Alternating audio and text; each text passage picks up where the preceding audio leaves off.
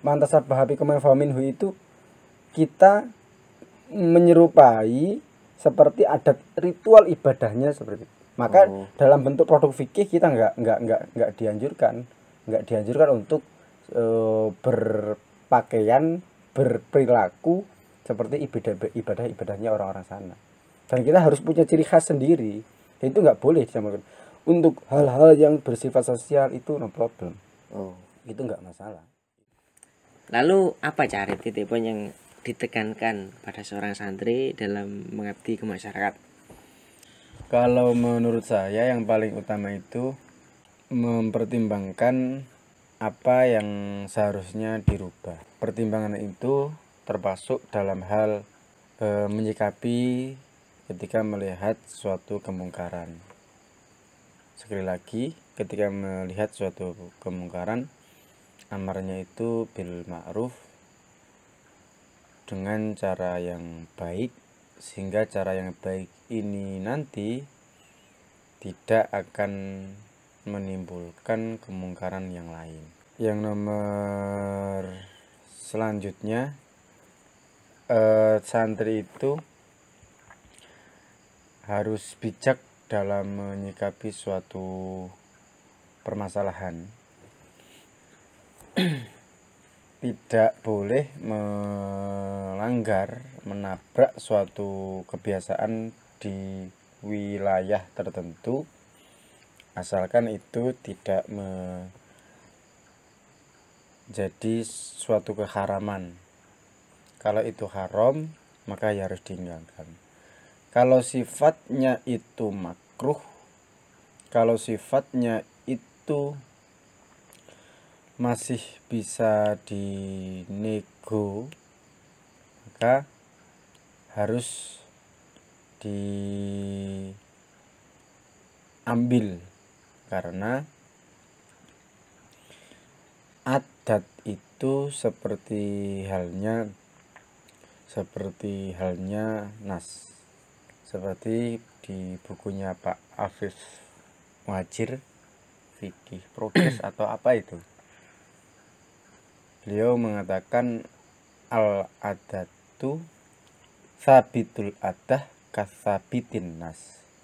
Jadi ketetapan suatu adat di suatu masyarakat itu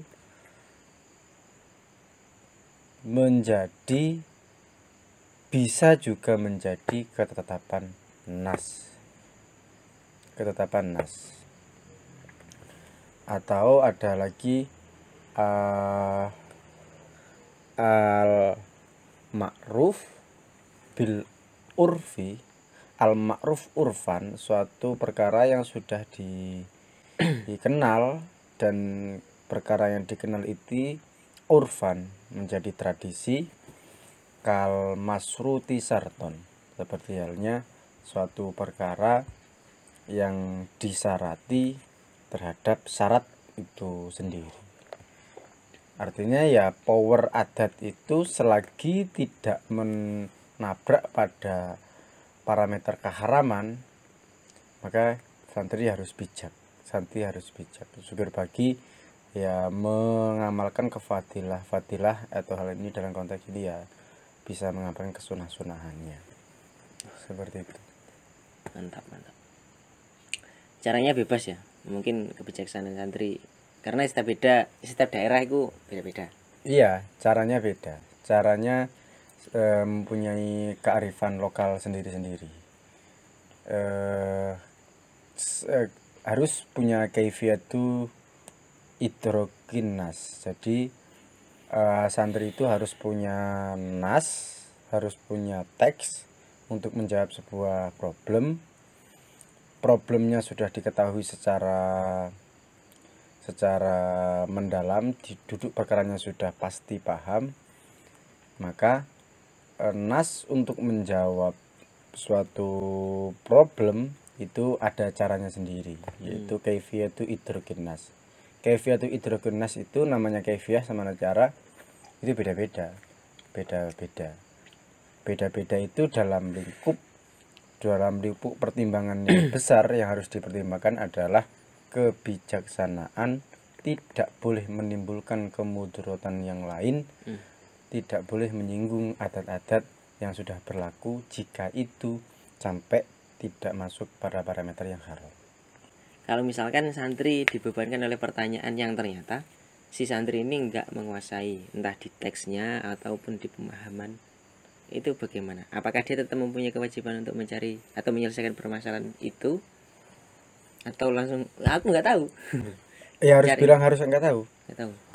Kalau saya Terus tetap punya kewajiban untuk mencari tahu, enggak? kalau dia mau ya baik. Kalau orang nggak tahu itu, makanya ketika melihat kemungkaran, falyughiru biyadi itu pasti dia punya kekuatan dan dia tahu cara melaksanakan biyadi. Jika dia tidak mempunyai power itu, maka ya terakhirnya ya bikolbi itu. Atau dia untuk menjawab sebuah problem. Menjawab itu artinya menawarkan sebuah solusi.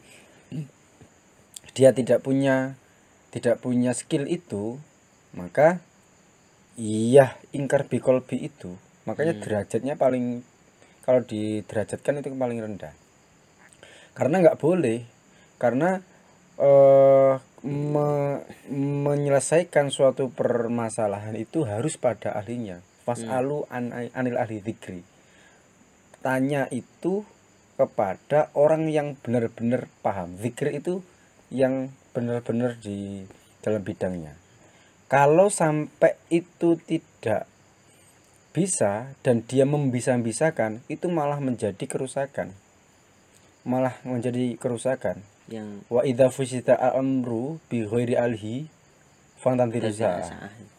Jadi ketika suatu perkara itu ditempatkan tidak, atau orang yang tidak pada ahlinya dikasih suatu kepercayaan, bukan malah menjadikan kebaikan, membangun sebuah prestasi yang baik, malah menjadikan suatu keburukan. Maka banyak toh agama ini di framing dengan cara-cara yang buruk. Maka bukan agamanya yang salah, bisa jadi orangnya yang salah paham, bisa jadi orang yang belum paham terus mengeluarkan statement seakan-akan itu menjadi jawaban dari agama itu sendiri. Maka agamanya yang salah, orangnya yang salah, bukan agamanya. Lalu dengan penjelasan sampai ini tadi, otomatis gini kan, saya juga pernah ngaji gitu. Orang itu tetap dikenai kewajiban untuk berijtihad. Jadi nggak boleh taklid buta gitu kan. Iya. Nah, terus kalau ijtihad itu ternyata salah, dapat pahala 1. Kalau benar 2. Berarti ya kan tetap baik ijtihad, meskipun dia tidak tahu itu tadi gimana. Ada ungkapan seperti itu, barang siapa man ijtihada, meskipun dia salah maka falahu ajron, jika dia benar falahu ajroni. Itu ijtihad yang dia sendiri sudah paham. Artinya man ijtihada, orang berijtihad itu sudah mempunyai keilmuan untuk berijtihad. Kenapa? Ya karena itu tadi, fas'alu an ahli dzikri. Ya karena itu tadi, wa idza fusidal amru bi ghairi ahlihi. Artinya ketika dia berijtihad tapi enggak mampu, tidak mempunyai kriteria sebagai orang berijtihad, maka kembalinya ke ilmu. Bagi seorang yang sudah memenuhi standar berijtihad, kalau dia ngomong agama, maka ya dia harus tahu kitab. Kalau dia ngomong tafsir, ya dia harus tahu ilmu tafsir, harus bisa baca Quran, harus bisa nahwu shorob, harus bisa mantai balaghah. Itu standarnya sangat berat sekali. Maka orang yang seperti itu jika berijtihad salah, dia dapat pahala. Kalau salah dia dapat pahala 1, kalau benar dapat pahala 2. Yang dimaksudkan seperti itu. Yang dimaksudkan itu dia mempunyai kriteria standar untuk berijtihad. Kalau orang bodoh, kalau orang yang nggak tahu, nggak bisa berijtihad. Orang yang bodoh itu ya kewajibannya malah taklid. Kewajiban taklid itu malah ada bagi orang yang bodoh. Kalau orang yang berpinter, di beberapa kitab Kiai Arisal Ahlussunnah Mbah Hasyim itu, kalau orang yang pinter dan mampu untuk berijtihad, maka dia diharuskan untuk tidak taklid, dia harus berijtihad malah. Permasalahan apapun itu. Permasalahan apapun. Dia kalau mampu ya seperti itu. Makanya kita biasa melihat seorang kiai itu berbeda pendapat karena ya biasa aja. Karena beliau itu sudah di level yang mampu. Yang nggak mampu itu terus ya seperti kita ini kan nggak mengomentari orang yang sudah pada parameter mampu. Mengomentari itu udah yang salah. Mengomentari orang yang sudah standarnya berijtihad itu udah suatu hal yang salah. Maka biasa aja ketika orang-orang alim sama alimnya terus berbeda pendapat, ya gak apa-apa karena ya memang mereka sudah sama-sama alim, ya itu nggak apa-apa karena memang diperbolehkan. Oke, cukup menarik teman-teman pembahasannya, semoga paham ya. Saya juga berusaha memahami karena ya mungkin sedikit ya yang orang yang menyampaikan bagaimana sebagai santri ketika sudah hidup bermasyarakat, sehingga ketika menghadapi permasalahan dan lain sebagainya gitu. Terima kasih Mas Arif, saya berusaha menyimpulkan ya. Iya. Jadi sebagai seorang santri, entah sudah lulus ataupun sebelum lulus, itu harus memiliki kebijaksanaan dalam menyikapi permasalahan.